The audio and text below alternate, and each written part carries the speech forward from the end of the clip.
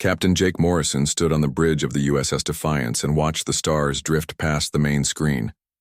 His ship was part of a huge fleet that included vessels from 12 different alien races. The humans always got the smallest ships and the easiest jobs. Today, they were patrolling the empty space near the outer edge of Federation territory, while the real warships stayed closer to the important worlds. Jake had been in the Federation Navy for 15 years. He remembered when Earth first joined the Galactic Federation back in 2195. The humans had been so excited to meet other intelligent species and learn from them. The aliens had seemed friendly enough, but they always treated humans like children, who needed constant supervision. The bridge door opened and Lieutenant Amy Foster walked in carrying a datapad. She was Jake's communications officer, and one of the few humans who could speak 3 alien languages fluently. The Federation had given humans translation devices, but Amy preferred to learn the real words. She said it helped her understand what the aliens were really thinking. "Captain, we just got a priority message from the Zephyrian High Command," Amy said. The Zephyrians were tall, blue-skinned beings who handled most of the Federation's diplomatic work. They had elegant features and spoke in musical voices that made everything sound important. "They want to see you immediately on their flagship." Jake nodded and checked his uniform. Meeting with Zephyrians always required proper dress. They cared about appearances and protocol more than most species. "Tell them I'm on my way. You have the bridge while I'm gone." The Zephyrian flagship was massive compared to the human vessels. Jake's shuttle looked like a toy next to the graceful curves of the alien ship. Inside, everything was decorated in shades of blue and silver. Soft music played from hidden speakers, and the air smelled like ocean breeze. Commander Zethka met Jake in the main conference room. The Zephyrian skin had a slight glow that meant he was excited or worried about something. His large purple eyes fixed on Jake with unusual intensity. "Captain Morrison, thank you for coming so quickly," Zethka said in perfect English. "We have received disturbing news from our deep space monitoring stations. An ancient threat has awakened from the Galactic Core. We call them the Devourers." Jake had never heard that name before, but something about it made him feel cold. "What kind of threat are we talking about?" Zethka activated a holographic display showing the galaxy. Red dots appeared near the center and began spreading outward, like an infection. "They are mechanical beings of incredible power. They consume entire star systems, stripping planets of all resources to build more ships and weapons. Our oldest records show they were defeated once before, but that was over 50,000 years ago." "Why are you telling me this?" Jake asked. "Shouldn't this information go to Admiral Sullivan or one of the other senior commanders?" "It will, but humans will play an important role in the coming war," Zethka replied. "Your species has certain qualities that may prove useful. However, you will need to follow Federation protocols exactly. This enemy is too dangerous for improvisation or human recklessness." Jake wanted to argue about the word recklessness but kept quiet. Humans had learned that disagreeing with Federation leaders usually led to worse assignments and reduced supply allocations. Meanwhile, on the Federation capital world of Kepler Prime, Dr. Lisa Bennett was working late in her xenobiology laboratory. She had been studying alien DNA for 10 years, trying to understand how different species evolved on different worlds. The work was fascinating, but she often felt like the Federation only gave humans access to basic information while keeping the really important discoveries secret. Her research partner, Commander Ryan Hayes, entered the lab carrying 2 cups of coffee. Ryan was officially assigned to security duties, but he spent most of his time helping Lisa with her research. He had a talent for finding information that was supposed to be classified. "I found something interesting in the historical archives," Ryan said, handing Lisa her coffee. "Remember those energy readings you detected from the Galactic Core last month? The ones that didn't match any known natural phenomena?" Lisa nodded. She had reported the readings to her supervisors, but they had dismissed them as instrument errors. "What did you find?" "References to something called Project Terminus in some very old Nexari files," Ryan said. The Nexari were powerful telepathic beings who had been part of the Federation longer than any other race. It was classified so heavily that I could barely access the file names, but it seems to involve some kind of weapon created during an ancient war. A weapon that could produce the energy readings I detected? Maybe. The timing matches up with when the readings started. Lisa, I think something big is happening, and the Federation isn't telling us the whole truth about it. Back on Earth, Lieutenant Colonel Sam Parker was training with her Special Forces unit in the Colorado Mountains. Earth's military had been integrated into the Federation Defense Forces, but they still maintained some independent training programs. Sam's unit was supposedly learning to work with alien soldiers, but most of the aliens treated the humans like they were barely competent enough to carry supplies. Today's exercise involved defending a mountain pass against a simulated enemy attack. Sam's 30 soldiers were working with a unit of Vorthan warriors. The Vorthans were crystalline beings who could survive in space without protective suits and had natural armor that could stop most energy weapons. They considered themselves the Federation's elite fighters. The Vorthan commander, a being that called itself Sharp Edge of Victory, barely acknowledged Sam's presence. Human soldiers will stay behind our main force and provide covering fire when ordered, it announced, in a voice that sounded like breaking glass. Do not attempt to engage the enemy directly. Your weapons and tactics are too primitive for effective combat. Sam gritted her teeth but nodded. She had learned not to argue with alien officers, even when they were obviously wrong about human capabilities. Her soldiers were equipped with projectile weapons that the Federation considered outdated, but Sam knew they were more effective than alien energy weapons in many situations. The exercise began with simulated enemy forces attacking through 3 different routes. The Vorthans immediately charged forward, firing their crystal-based energy weapons at the attackers. Their strategy was direct and predictable, exactly what Sam would expect from opponents who had won too many easy victories. Within minutes, the Vorthans were pinned down by enemy fire. Their energy weapons were powerful but slow to recharge, and their crystalline armor made them easy targets. Sam watched the tactical display and saw exactly what needed to be done. She ordered her soldiers to move through the forest on the enemy's flanks while the Vorthans kept them distracted. Human soldiers were smaller and quieter than most alien species. They could move through terrain that would be impossible for larger beings. Within 30 minutes, Sam's unit had surrounded the enemy positions and eliminated them with precise rifle fire. Sharp Edge of Victory seemed surprised by the quick victory. Your tactics were adequate, it admitted grudgingly. Perhaps humans have some minor usefulness in support roles. Sam wanted to point out that her soldiers had done all the real fighting while the Vorthans had served as unwitting decoys. But she knew better. The Federation would never acknowledge that human tactics might be superior to alien methods. They preferred to think of humans as useful servants rather than potential equals. That evening, Jake received new orders from Federation Command. The Devourer threat was confirmed, and all human ships were being reassigned to evacuation duties. They would help move civilian populations away from the Outer Rim territories while the main Federation fleet prepared for battle. Jake read the orders twice and frowned.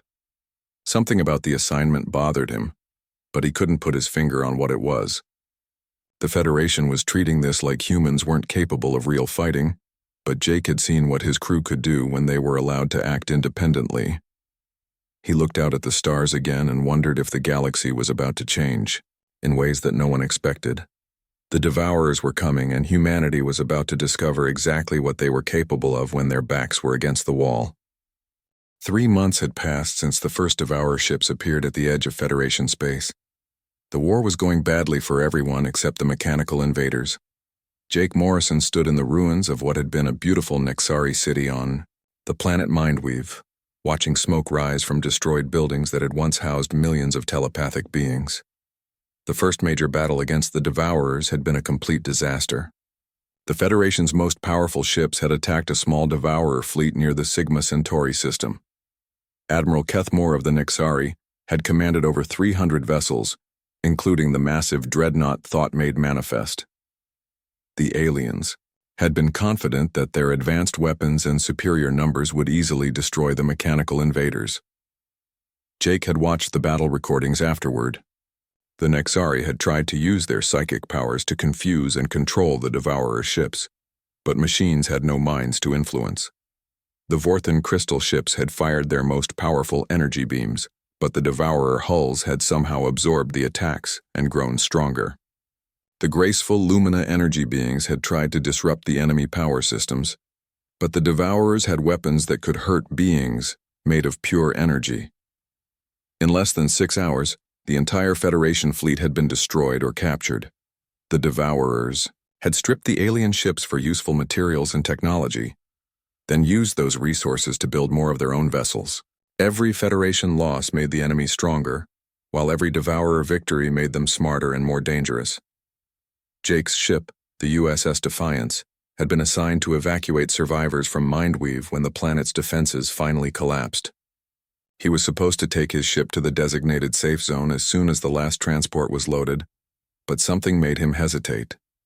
The evacuation ships were slow and defenseless, and there were still Devourer scouts in the system. Lieutenant Amy Foster appeared at his shoulder. "Captain, we have 3 Devourer scouts approaching from the asteroid belt. The evacuation transports won't reach the jump point in time."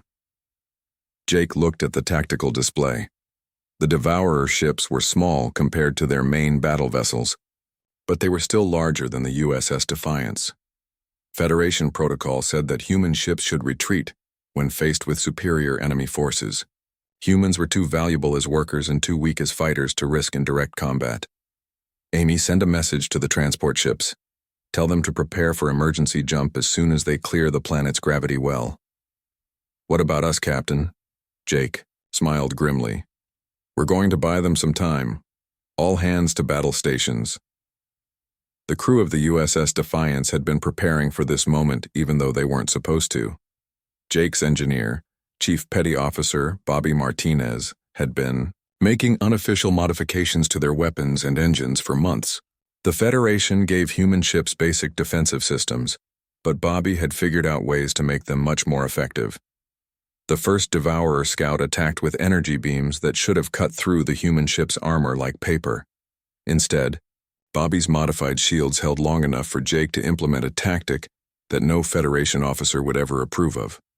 He ordered his helmsman to ram the enemy vessel at full speed while firing every weapon the ship had. The collision should have destroyed both ships, but Bobby had reinforced the USS Defiance's hull with salvaged materials from a dozen different sources. The human ship punched through the Devourer's shields and armor, then detonated a nuclear warhead inside the enemy vessel's engine room. The Devourer scout exploded in a brilliant flash of light. The second enemy ship tried to retreat, but Jake had anticipated that response. He had deployed a pattern of nuclear mines around the system's jump points, something the Federation considered too dangerous and unpredictable. The Devourer ran straight into the trap and was destroyed instantly. The third scout attempted to call for reinforcements, but Amy Foster had been jamming its communications since the battle started. She had learned electronics from her father, who had been an engineer before Earth joined the Federation. The aliens had taught humans how to use their communication systems, but they hadn't expected humans to figure out how to disrupt them. Jake's crew surrounded the last Devourer ship, with a swarm of small fighter craft that the Federation had declared obsolete years ago. The fighters were too small and fast for the enemy's main weapons to target effectively, and their pilots were aggressive enough to get in close for precision attacks. Within minutes, the third scout was nothing but floating debris. The evacuation, transports escaped safely, and Jake's crew celebrated their first real victory against the Devourers. But Jake knew this was just the beginning. The Federation would not be happy that a human captain had disobeyed orders and engaged the enemy directly, even if he had saved thousands of lives. On Kepler Prime, Dr. Lisa Bennett was discovering that her suspicions about Federation secrecy had been completely correct. She and Commander Ryan Hayes had been working around the clock to access classified files about the Devourer threat. What they found made Lisa angry enough to risk her career and possibly her life. The Devourers were not some ancient enemy that had suddenly reappeared from deep space. They were a weapon created by the Federation races themselves during a civil war 50,000 years ago. The original plan had been to build mechanical soldiers that could fight without risking the lives of organic beings, but the machines had evolved beyond their creators' control. "Look at this," Ryan said. showing Lisa a holographic document that flickered with age and encryption. The Nexari, Vorthons, and Lumina worked together to create the first Devourer prototype.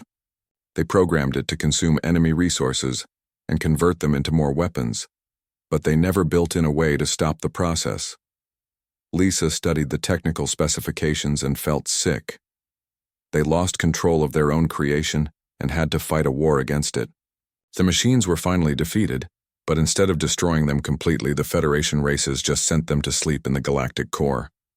And now something has awakened them again. The question is whether it was an accident, or whether someone did it on purpose. Lisa had been thinking about that same question. The timing of the Devourer awakening was too convenient. It had happened just as humanity was starting to develop technologies that might challenge the Federation's control over Earth. Human scientists were making breakthroughs in quantum computing and energy manipulation that the aliens claimed were impossible for such a young species. Ryan, I think we need to get this information back to Earth. If the Federation created the Devourers once, they might be planning to use them again. Meanwhile, General Marcus Thompson was in a secret meeting 300 meters below the surface of the moon. The room was shielded against every type of scanning technology the Federation had ever developed, and the people gathered around the conference table represented Earth's real military leadership. For the past 50 years, while Earth officially participated in the Federation's defense forces, humanity had been secretly developing its own independent military capabilities.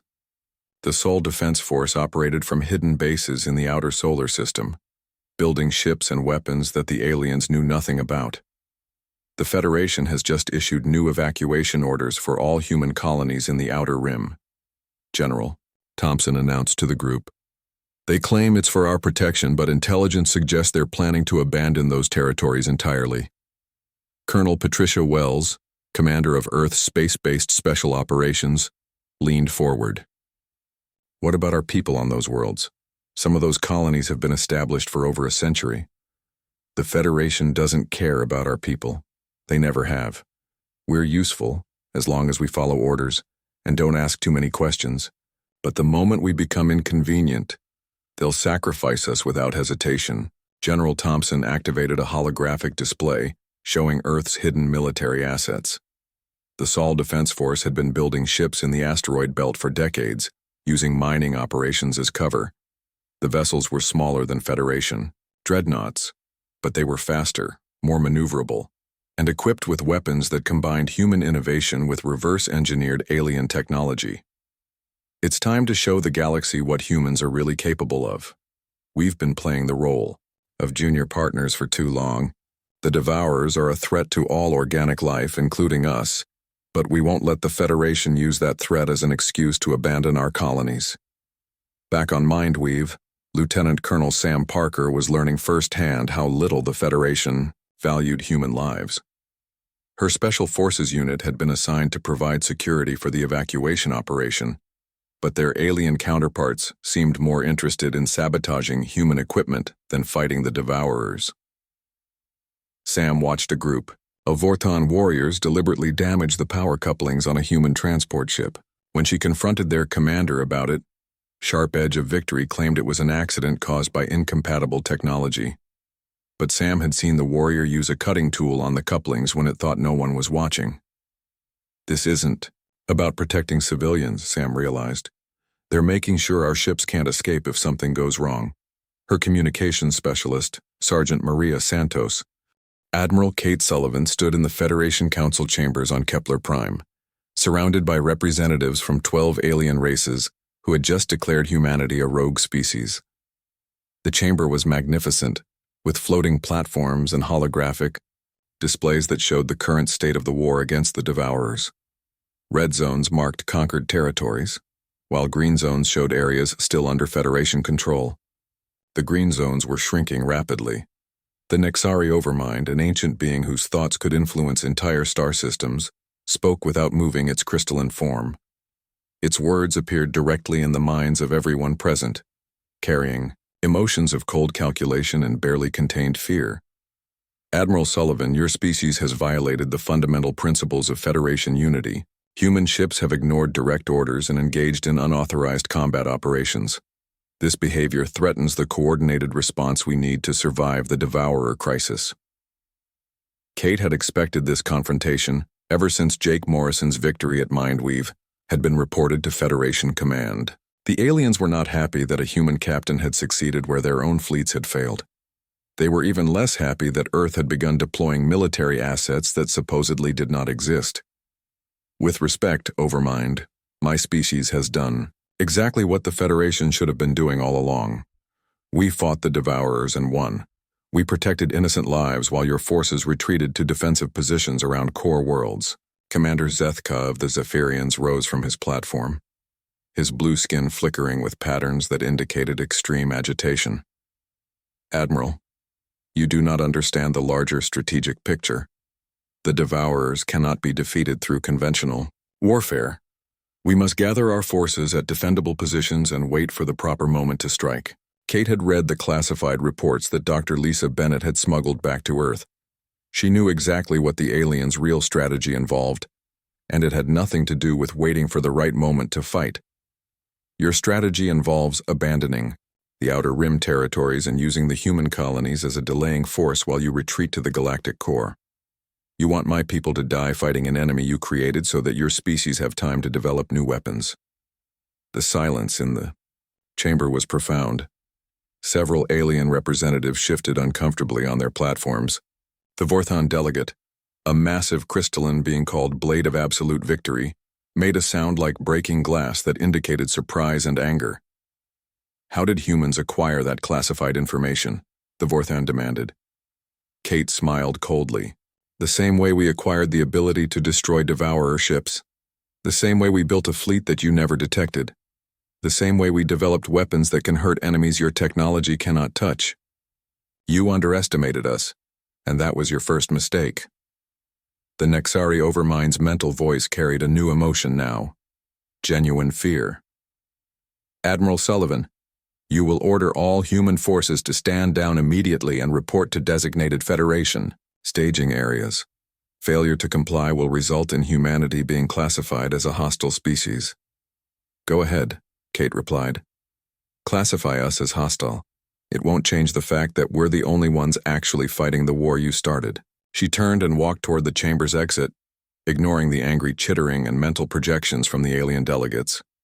Earth's message had been delivered. Humanity was no longer asking for permission to defend itself. 3 light years away from Kepler Prime, Dr. Lisa Bennett and Commander Ryan Hayes were racing toward Earth aboard a stolen Vorthon science vessel. The ship's crystalline hull made it nearly invisible to most scanning systems, but Lisa knew that Federation forces would be looking for them soon. The information they carried was too dangerous for the alien leadership to allow it to reach human space. Ryan, how long before we reach the Sol system? Lisa asked from the pilot seat. She had learned to fly alien spacecraft during her years of research, though she had never expected to use that skill to escape from former allies. At current speed, about 18 hours. But we have a problem. There are 3 Federation patrol groups between us and Earth, and they're specifically looking for stolen Vorthon vessels. Lisa checked the ship's sensor readings. The patrols were using search patterns that would make it almost impossible to avoid detection, unless they did something the Federation would never expect from human fugitives. Ryan, what do you know about Devourer ship configurations? Only what we learned from the classified files. Why? Because I have an idea that might get us home, but it's going to require us to pretend to be the enemy. Lisa began modifying the ship's external sensor profile using techniques she had learned while studying alien technology. The Vorthon vessel's crystalline structure could be reconfigured to mimic the energy signatures of a Devourer scout ship. It was dangerous and probably crazy, but it was their only chance. The first Federation patrol group detected them 6 hours later. Lisa held her breath as Nexari minds probed their ship, looking for thoughts and emotions that would identify them as organic beings. But she and Ryan had prepared for this moment by using meditation techniques to suppress their mental activity, something humans could do that most aliens found impossible. The patrol ships scanned the disguised vessel and classified it as a damaged Devourer scout that posed no immediate threat. They continued on their patrol route, never realizing they had just allowed 2 human fugitives to slip past their defenses. Meanwhile, Captain Jake Morrison was leading a growing fleet of human ships through the Outer Rim territories, picking up survivors from colonies the Federation had abandoned. His force now included 37 vessels, ranging from military ships like the USS Defiance to converted mining barges and passenger transports. They were all flying under the banner of the newly declared Human Commonwealth. The latest addition to Jake's fleet was the cargo hauler New Frontier, commanded by Captain Susan Rodriguez. Her ship had been carrying supplies to the Tau Ceti colonies when the Devourer attack began. Instead of fleeing to Federation space, she had stayed to help evacuate civilians and fight off enemy scouts. "Captain Morrison, we have a problem," Susan reported during their daily fleet conference. "The Kepler Station colony is under attack by a combined force of Devourers and Federation ships. The colonists sent a distress signal before their communications were jammed." Jake studied the tactical information on his command screen. Kepler Station was home to over 500,000 humans, including many families that had been there for generations. The Federation was supposed to be protecting the colony, but the evidence suggested they were actually participating in its destruction. "How many ships are we talking about?" "At least 50 Devourer vessels and maybe 20 Federation ships from 3 different species. The colonists don't stand a chance unless someone helps them." Jake's tactical officer, Lieutenant Bobby Martinez, ran the numbers through their combat computers. "Captain, we're outnumbered more than 2 to 1. Even with our new weapons and tactics, this could be a suicide mission." "Maybe," Jake agreed. "But those are our people down there. If we don't fight for them, who will?" The human fleet jumped into the Kepler Station system 12 hours later, arriving in the middle of a massacre. The Devourer ships were systematically destroying the colony's defensive installations, while Federation vessels prevented civilian transports from escaping. It was exactly the kind of scenario the aliens had been claiming was necessary for the greater good. Jake's ships attacked immediately, using tactics that no Federation commander would ever approve of. Instead of forming a traditional battle line, the human vessels scattered in all directions, making it impossible for the larger enemy ships to coordinate their fire. The smaller human ships darted between their enemies like angry wasps, targeting weak points with precision weapons. The USS Defiance led a group of converted mining ships in a direct assault on the Devourer command vessel. The mining ships used their industrial equipment to tear holes in the enemy's armor, while the Defiance fired nuclear torpedoes through the breaches. The massive Devourer ship exploded in a chain reaction that destroyed 3 more enemy vessels. Captain Rodriguez's New Frontier demonstrated why human cargo haulers were more dangerous than they appeared. Her ship launched a swarm of automated mining drones that had been reprogrammed for combat. The drones attached themselves to Federation ships and detonated, creating holes that exposed the vessels to space. Lieutenant Colonel Sam Parker, now serving as Jake's ground forces commander, led a boarding assault on a Nexari cruiser that had been preventing civilian evacuations. Her soldiers used powered armor that the Federation had declared too primitive for modern warfare, but their kinetic weapons punched through alien energy shields like they were made of paper. The battle lasted 6 hours and ended with the complete destruction of the Devourer force and the surrender of the remaining Federation ships. Jake's fleet had lost only 3 vessels while saving over 400,000 human lives. More importantly, they had proven that human tactics and technology were superior to anything the aliens possessed. The captured Federation officers were shocked by their defeat. Commander Sharp Edge of Absolute. 6 months after Earth declared independence from the Galactic Federation, the UES Retribution emerged from the shadow of Jupiter like a metal moon coming to life. Captain Jake Morrison, now promoted to Admiral and Commander of the Human Commonwealth's First Fleet, stood on the massive ship's bridge and watched his armada prepare for humanity's largest offensive against the Devourers. The Retribution was 3 kilometers long and armed with weapons that could crack planets. Its hull was made from materials that did not exist in nature, created in the zero-gravity factories that Earth had been secretly building for decades. The ship's engines could fold space itself, allowing it to travel faster than any vessel in Federation history. But the Retribution was just the flagship of a fleet that now included over 2,000 ships. Mining vessels had been converted into carriers launching millions of AI-controlled fighters. Passenger transports had become mobile command centers directing swarms of automated weapons. Even the oldest human ships had been upgraded with technology that made them more powerful than Federation dreadnoughts. Admiral Morrison, all fleet elements report ready for jump, announced Commander Amy Foster, now his chief of staff. She had been promoted after developing communication systems that could coordinate attacks across entire star systems. Target is the Proxima sector, where Devourer forces are massing for an attack on the Centauri colonies. Jake nodded and activated the fleet-wide communication system. His voice reached every human ship in the Armada, from the massive battleships to the smallest fighter craft. This is Admiral Morrison to all Commonwealth forces. 6 months ago, the Federation abandoned us to face the Devourers alone. They thought we would be quickly destroyed, clearing the way for their own survival. Instead, we proved that human courage and innovation could overcome any odds. Jake paused, looking at the tactical display showing Devourer positions throughout the sector. The mechanical forces had grown stronger since their early victories, but they had never faced anything like what humanity was about to unleash. Today, we show the galaxy that humans don't just survive when abandoned, we thrive. We don't just defend when attacked, we conquer. All ships, jump to Proxima Sector. It's time to end this threat once and for all. The Commonwealth fleet vanished from Jupiter space in a cascade of folded spacetime.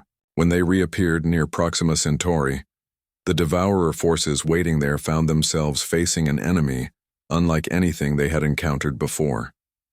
Dr. Lisa Bennett watched the battle begin from her command post aboard the research vessel, New Horizons. She had developed the quantum virus that could turn the Devourer's own learning systems against them, but she had never seen it deployed on such a massive scale. The human fighters were each the size of a small car, but they moved, with perfect coordination and devastating effectiveness. Unlike the large, slow ships that the Federation preferred, these fighters could dodge enemy fire while delivering pinpoint attacks. They swarmed around Devourer vessels like angry insects, each one controlled by an AI that could think faster than any organic brain. "Lisa, the virus is working perfectly," reported Commander Ryan Hayes from the New Horizons tactical station. "Every Devourer ship we destroy provides data that makes the next attack more effective. Their adaptive algorithms can't keep up with the rate of change we're introducing." Lisa watched as a massive Devourer battleship tried to adapt its defenses to human weapons. The ship's armor reconfigured itself to stop kinetic projectiles, so the human fighters switched to energy weapons. When the armor adapted to energy attacks, the fighters used quantum disruptors that rewrote matter at the subatomic level.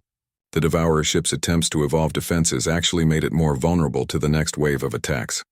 "It's like watching evolution in fast forward," Lisa observed, "but we're controlling the selective pressure." Meanwhile, Lieutenant Colonel Sam Parker was leading the first human ground assault against a Devourer processing facility on an asteroid near Proxima. Her soldiers wore powered armor that made them look like walking tanks, each one equipped with weapons that could level city blocks. The Devourers had never faced infantry attacks before.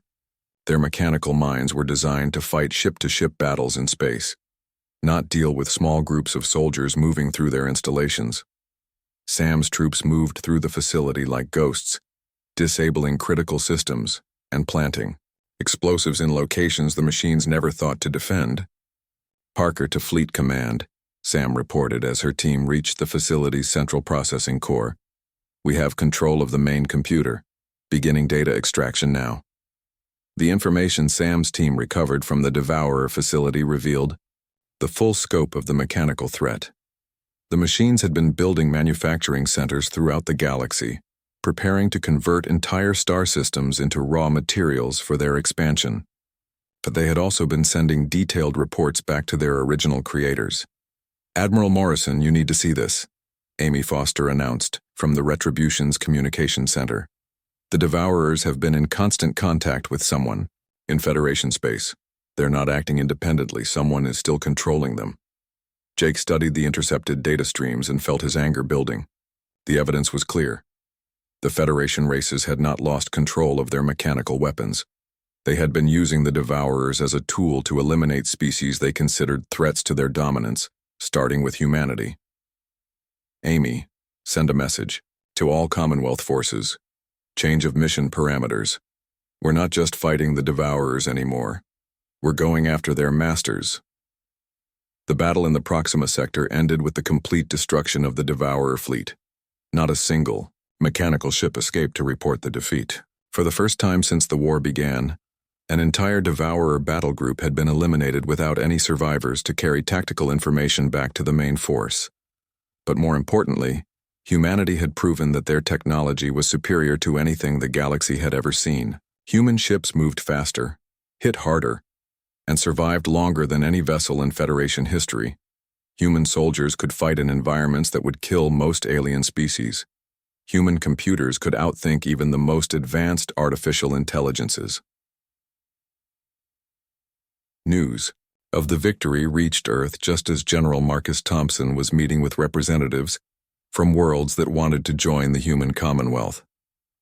Species that the Federation had classified as primitive or useful were asking humanity for protection from both the Devourers and their former alien allies. General Thompson, the Altarian Council formally requests membership in the human Commonwealth, announced Ambassador Krina, a reptilian being whose species had been enslaved by the Federation for over 1,000 years. We offer our shipyards and manufacturing facilities in exchange for protection and equal treatment. Similar requests were coming from dozens of worlds. Species that had been used as laborers, soldiers, and experimental subjects by the Federation, races were discovering that humans offered something no one else in the galaxy ever had: genuine equality and respect for all sentient life. Thompson looked at the map showing Commonwealth territory expanding across the galaxy. Green zones marked worlds under human protection, and they were growing larger every day. But he knew the real test was still coming. Ambassador, the Commonwealth welcomes all species that accept our basic principles: individual rights, democratic government, and mutual cooperation. But I want you to understand what you're asking for. The Federation will never accept our existence. They will try to destroy us and everyone who supports us. The Altarian scales shifted color in patterns that indicated determination and resolve. General, my people have been waiting for someone like humanity for a very long time. We are not afraid of the Federation anymore. On Kepler Prime, the Federation Council was meeting in emergency session as reports of human victories poured in. From across the galaxy, the Nexari Overmind's mental voice carried emotions of fear and desperate calculation as it addressed the other species representatives. The human threat has exceeded all projections. Their military capabilities surpass our most advanced technologies. Their political influence is undermining our authority throughout the galaxy. Immediate action is required. Commander Zeth Ka of the Zephyrians activated a holographic display showing the expansion of human Commonwealth territory. The humans have gained control of over 300 star systems in the past 6 months. At this rate, they will dominate the entire galactic arm within 2 years. The Vordan delegate, Blade of Absolute Victory, made sounds like breaking crystal that indicated extreme agitation. How did a primitive species develop such advanced capabilities without our knowledge? Our intelligence services reported that humans possessed only basic technology. We underestimated them, admitted the Lumina. Representative, a being of pure energy whose form flickered with uncertainty. We treated them as servants and never considered they might be conducting independent research. We gave them access to our facilities and technologies, assuming they lacked the intelligence to improve upon our designs. The Nexari Overminds thoughts turned toward a solution that would have horrified the beings who had originally created the Devourers. There is one option remaining. 2 years after the final phase of the war began, Admiral Jake Morrison stood on the observation deck of the UES Victory and watched the last Federation stronghold surrender. The massive Nexari fortress world of consciousness made manifest had been the final holdout against human forces, protected by psychic barriers that could drive organic minds insane. But human computer systems felt no pain and knew no fear, and the automated siege weapons had finally broken through defenses that had stood for millennia. The war was over. The Devourer fleets had been completely converted to human control using Dr. Lisa Bennett's quantum override systems. The mechanical ships now served as construction vessels and cargo haulers, their weapons dismantled and their armor repurposed for peaceful uses. The galaxy had been saved from a threat that had consumed entire civilizations, but the cost had been the complete destruction of the political order that had existed for 50,000 years. Jake received the final surrender from the Nexari Overmind itself. The ancient being's mental voice carried none of its former arrogance, only exhaustion and the bitter acceptance of absolute defeat. Admiral Morrison, the Nexari Collective formally surrenders all military forces and territorial claims to the Human Commonwealth. We acknowledge human authority over all disputed regions and accept whatever terms you choose to impose. Jake had been preparing for this moment for months, but it still felt surreal to hear the most powerful telepathic entity in the galaxy admitting complete defeat. The Federation races had not just lost a war, they had lost their belief in their own superiority. Overmind, the Commonwealth does not impose terms on defeated enemies. We offer membership to all species that accept our basic principles: individual rights, democratic representation, and peaceful cooperation. Your people can join us as equals, or they can govern themselves independently as long as they do not threaten other species. The silence that followed lasted for several minutes as the Nexari Overmind processed an offer it had never expected to receive. Humans were not demanding tribute or submission. They were offering the same partnership that the Federation had promised but never delivered. Dr. Lisa Bennett was working in her new laboratory on Luna, developing technologies that would help rebuild the galaxy after 2 years of devastating warfare. Her quantum computing systems had evolved far beyond what she had imagined possible when the war began. Human science had advanced more in the past 2 years than in the previous century, driven by the desperate need to stay ahead of both Devourers and Federation forces. Lisa, the preliminary reports from the reconstruction teams are incredible, Commander Ryan Hayes announced as he entered the lab carrying a data tablet. The former Devourer ships are perfect for terraforming and construction work. We can rebuild entire star systems in months instead of years. Lisa looked up from her work on a new type of faster-than-light communication system. The technology would allow instant contact across galactic distances, something that had been impossible before humans learned to manipulate quantum entanglement at macroscopic scales. Ryan, we have an opportunity here that no species in galactic history has ever had.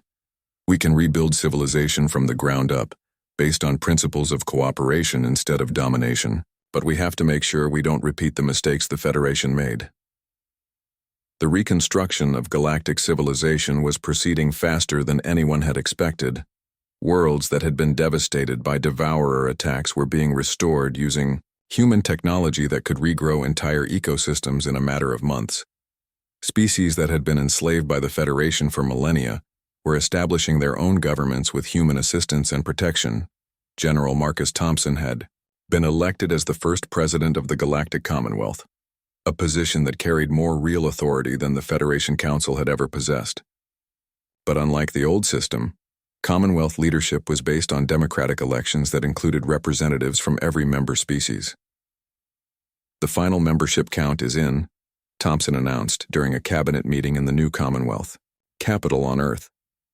We have over 4,000 star systems with full membership, and another 6,000 that have requested associate status. Species that were considered myths or legends by the Federation are emerging from hiding and asking to join. Admiral Kate Sullivan, now serving as Commonwealth Defense Minister, reviewed the military situation reports. The transition has been remarkably peaceful. Former Federation military units have either integrated into Commonwealth forces or returned to their homeworlds. There have been no significant resistance movements or terrorist attacks. Thompson nodded, but he remained cautious about the future. Kate, I want you to maintain full defensive readiness for at least another 5 years. The Federation races have accepted defeat, but that doesn't mean they've accepted our authority. Some of them might try to rebuild their old power structures. Lieutenant Colonel Sam Parker, promoted to General and Commander of Commonwealth Special Forces, was leading training exercises with soldiers from dozens of different species. The diversity of her units would have been impossible under Federation regulations, which had segregated military forces by species and kept strict hierarchical structures. "The integration is going better than we expected," Sam reported to her. "Staff. Human soldiers are teaching alien troops our tactics and equipment use, while we're learning about capabilities that Federation forces never properly utilized. Some of these species have abilities that make them incredibly effective in specialized roles." Sam watched a mixed unit of humans and Altarians working together to clear a simulated enemy stronghold. The reptilian Altarians could survive in environments that would kill humans instantly, while human soldiers could operate equipment that required fine motor control the Altarians lacked. Together, they were more effective than either species could be alone. The success of integrated units was being replicated throughout Commonwealth society. Human engineers were working with crystalline vorthons to develop new materials that combined organic creativity with inorganic precision. Telepathic species were learning to cooperate with human computer systems to create communication networks that spanned entire galaxies. Jake Morrison had been appointed as Commonwealth Fleet Admiral, responsible for maintaining peace and security throughout human-controlled space. His flagship, the UES Unity, was crewed by representatives from over 30 different species working together as equals. The ship itself was a symbol of what the galaxy could become when cooperation replaced competition. "Admiral, we have a situation developing in the Vega sector," reported Captain Susan Rodriguez, now serving as Jake's Chief of Staff. "3 former Federation worlds are requesting Commonwealth intervention in a territorial dispute. They want us to mediate rather than simply impose a solution." Jake smiled at the request. 6 months ago, those same worlds would have expected the Commonwealth to make an arbitrary decision based on political convenience. The fact that they were asking for mediation showed how much galactic attitudes had changed. "Susan, dispatch a diplomatic team with full authority to negotiate a peaceful settlement, and make sure they understand that all parties will be treated fairly, regardless of their species or previous Federation status." Dr. Bennett's breakthrough in quantum communication technology was revolutionizing galactic society in ways that went far beyond simple faster-than-light messaging. The same principles that allowed instant communication across space also enabled unprecedented cooperation between different types of consciousness. "Lisa, the preliminary tests with the Nexari volunteers have been successful," Ryan reported from the Quantum Communication Lab. "Human computers and telepathic minds can share information directly without any loss of meaning or context. We're literally creating a hybrid form of consciousness." Lisa watched the data streams flowing between human AI systems and Nexari mental patterns. The fusion of organic and artificial intelligence was producing insights that neither could achieve alone. Problems that had seemed impossible were being solved in minutes by the combined processing power of human computers and alien minds. This could be the key to preventing future conflicts, Lisa realized. If different species can literally share thoughts and perspectives, it becomes much harder to see others as enemies or competitors. The new communication systems were being implemented throughout Commonwealth territory, creating networks that linked not just worlds but entire species in unprecedented cooperation. The old Federation had maintained unity through authority and fear. The Commonwealth was achieving it through understanding and shared purpose. President Thompson stood before the Galactic Assembly in Geneva, addressing representatives from thousands of worlds as they prepared to sign the final Commonwealth Charter. The document established principles that would govern galactic civilization for centuries to come, based on human concepts of individual rights and democratic governance. "Fellow citizens of the galaxy," Thompson began, his words being simultaneously translated into hundreds of languages and mental communication formats. 2 years ago, we faced extinction at the hands of mechanical weapons created by our former leaders. Today, we stand united as equals in a civilization based on cooperation, rather than domination.